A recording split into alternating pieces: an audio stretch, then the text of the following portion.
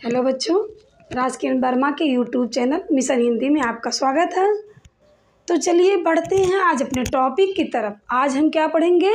योग रूढ़ शब्द। इससे पहले हमने आप लोगों को यौगिक शब्द का ट्रिक, यौगिक शब्द का विस्तारित रूप बताया है और योग रूढ़ शब्द आज हम क्या बताएंगे आप लोगों को?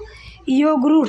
यौगिक शब्द भी बता चुके हैं, रूढ़ शब्द भी बता चुके हैं। आज का हमारा यही टॉपिक है, योग रूढ़ शब्द।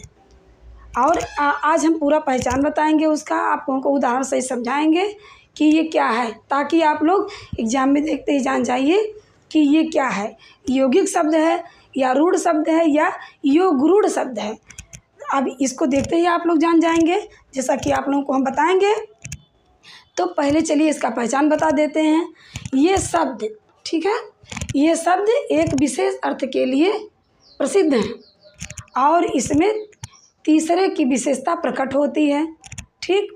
और ये भी समझ लीजिए कि ये सभी जो रहेंगे इसके उदाहरण ये बहुब्रीहि समास के अंतर्गत आते हैं। सभी जो रहेगा वो बहुब्रीहि समास रहेगा। बहुब्रीहि समास ही योग रूढ़ शब्द हमारे हैं। कहने का मतलब है, देखिए जैसा कि हम आप लोगों को एग्जाम्पल देकर बता रहे हैं, लंबोदर है, ये क्या है? योग रूढ़ शब्द है और यही हमारा बहुब्रीहि समास भी है।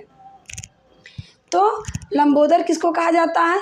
लंबा है उदर जिसका, अर्थात गणेश भगवान, ठीक है। अब देखिए इसी प्रकार दशानन है, शैल नंदिनी है, नीलकंठ है, ये सब बहुब्रीहि के एग्जाम्पल हैं। लेकिन यही जो हमारा योग रूढ़ शब्द भी है, देखिए शैल नंदिनी जो है, वह जो शैल की नंदिनी है अर्थात पार्वती जी, हमने आप लोग को लिख करके बताया ये चीज़। दशानन, दस है आनंद जिसके, 10 मुख वाला, यानी कि आनंद मतलब होता है मुख, यानी कि रावण। किसी तीसरे की विशेषता प्रकट हुई, बहुब्रीहि समास में भी ऐसे ही होता है। और देखिए योग रूढ़ शब्द में भी यही वर्णन हो रहा है, यही प्रकट किया जा रहा है कि बहुब्रीहि समास ही योग रूढ़ शब्द हैं। जैसे नीलकंठ है, नीला है कंठ जिसका, अर्थात शंकर भगवान। नीला है कंठ जिसका अर्थात शंकर भगवान। ये सभी हमारा उदाहरण जो है ये सब बहुब्रीहि समास का है और यही हमारा योग रूढ़ शब्द भी है, ठीक है। अब देखिए इसी प्रकार और भी एग्जाम्पल नीचे हमने लिख के आप लोगों को बताया है।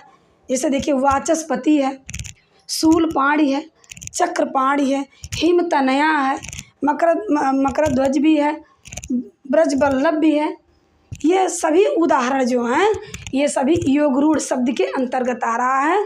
यही हमारा बहुब्रीहि समास भी है। बहुब्रीहि समास ही योग रूढ़ शब्द है। इससे बहुब्रीहि समास में भी देखिए किसी अन्य की विशेषता उससे प्रकट होती है और इसमें भी यही चीज़ हो रहा है, किसी तीसरे की विशेषता प्रकट हो रही है, किसी विशेष अर्थ निकल कर आ रहा है, वही जो बहुब्रीहि समास का है, ठीक है। और यही योग रूढ़ शब्द है। चैनल अगर मेरा अच्छा लगा हुआ पढ़ाया हुआ तो मेरे चैनल को लाइक सब्सक्राइब कर दीजिएगा। कमेंट करके ज़रूर बताइएगा कि मेरा वीडियो आप लोगों को कैसा लगा।